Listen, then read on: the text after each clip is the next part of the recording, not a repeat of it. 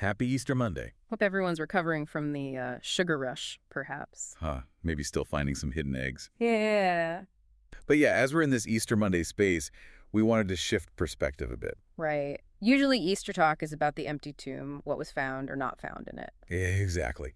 But today, we're doing a deep dive based on a really interesting reflection we came across, focusing on things that were part of the story, but are now missing. Things that were definitely there during the crucifixion, but didn't stick around as, relics or physical reminders. And that's our goal today. For you listening, we want to explore how the absence of these things can actually deepen our understanding of faith. It's a bit counterintuitive, maybe, but powerful. We think so. We know you like getting straight to the heart of things, getting those aha moments without wading through tons of info. So we're hoping this look at missing pieces gives you some real food for thought. Let's jump in. First up, the missing crown of thorns. Okay, the crown of thorns, such a vivid image. Absolutely. And not a crown of glory, obviously. It was pure mockery, wasn't it? Totally. Meant to ridicule Jesus' claim to kingship, and the reflection we read links it back, interestingly, to Genesis 3. The curse. Thorns and thistles as a sign of toil and separation from God. Precisely. So it carried this symbolic weight, not just the physical agony, but representing sin, the curse. Pain and shame, basically. Yet Jesus wore it.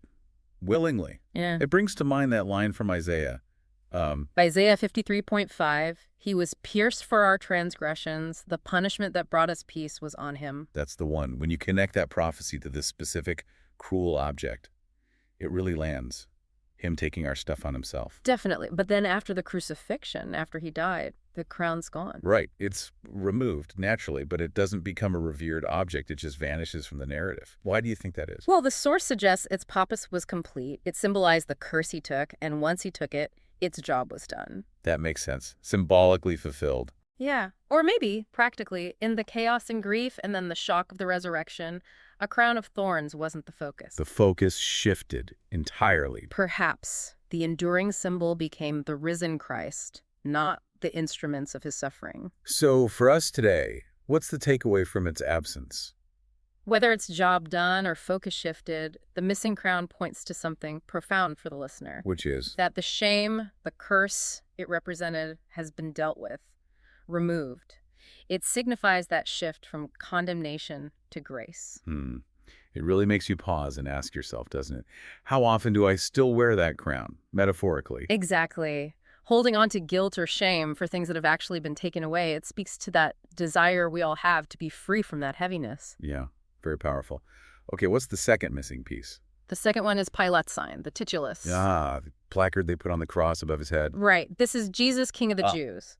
And importantly, it was written in 3 languages. Aramaic, Latin, and Greek. The common languages, basically. Making the message very public. And again, the intent was humiliation. Labeling him a criminal, a failed rebel king. Public degradation. But the irony, as the reflection highlights, is just inescapable. Despite the mocking intent, it declared the truth, didn't it? Loud and clear in the major languages of the day. Whether Pilate meant it or fully grasped it, he proclaimed Jesus' kingship. So, like the crown, this sign existed. It was there. Absolutely. But again, after Jesus was taken down from the cross, we don't hear about the sign being preserved. It wasn't filed away in Roman records or kept by followers as proof. Doesn't seem like it. It disappears. So what's the significance there? If the crown's absence means the curse is broken, what about the sign? The interpretation is that we no longer need that physical sign. Why not? Because the resurrection itself became the ultimate, undeniable declaration of his kingship. Way more powerful than words on wood. Okay, so the proof shifted from a written claim to a lived reality of the resurrection. Yeah, exactly. And the source connects this beautifully to the idea that the message isn't on an external sign anymore. It's meant to be written where? On our hearts. It moves from a public notice to an internal conviction, a lived truth. Which then leads to a really practical question for anyone listening, doesn't it? Sure. Does my life actually show that I believe this? Do my choices, my priorities, my worship reflect Jesus as king? It's not just head knowledge, is it? It's about embodying that kingship in your own life. Does your life serve as a kind of sign? Yeah, moving from seeing a sign to being a sign. That really resonates with wanting to apply faith practically. The missing sign signals that shift the message is now alive, internal, active. This whole idea of missing pieces, Hmm? it touches on something fundamental about faith, I think. How so? Well, we humans, we tend to like certainty, right? Tangible proof. We want to see it, touch it, have all the pieces lined up. Especially when trying to understand something deeply. Clarity feels good, secure. But faith, almost by definition, involves trusting what we don't see. Mm-hmm. Believing the promise even when the physical evidence isn't all there. Or maybe seems absent. And Jesus himself spoke to this, didn't he? In John's Gospel, Hmm.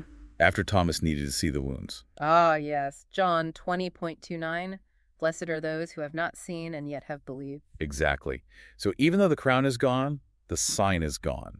And implicitly, the body wasn't in the tomb. The core truths remain rock solid. He wore our shame.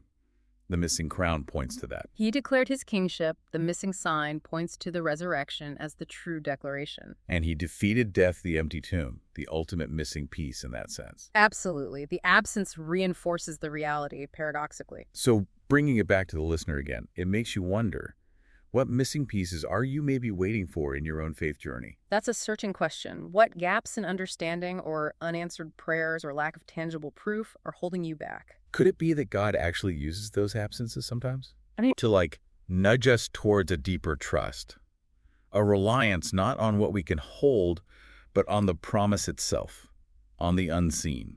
that's a really interesting thought. What missing things in your life right now, maybe something you lost or something you hoped for that didn't happen, might actually be God's way of speaking. Of drawing you into a different kind of knowing. Yeah. And circling back to our specific examples, are you, listening now, still carrying a crown of shame that Christ already removed? Or are you living as that living sign, reflecting his kingship in how you navigate your world? It really does shift your perspective on absence. So the simple message for this Easter Monday is, take heart. Yes, these missing items aren't signs of failure or loss.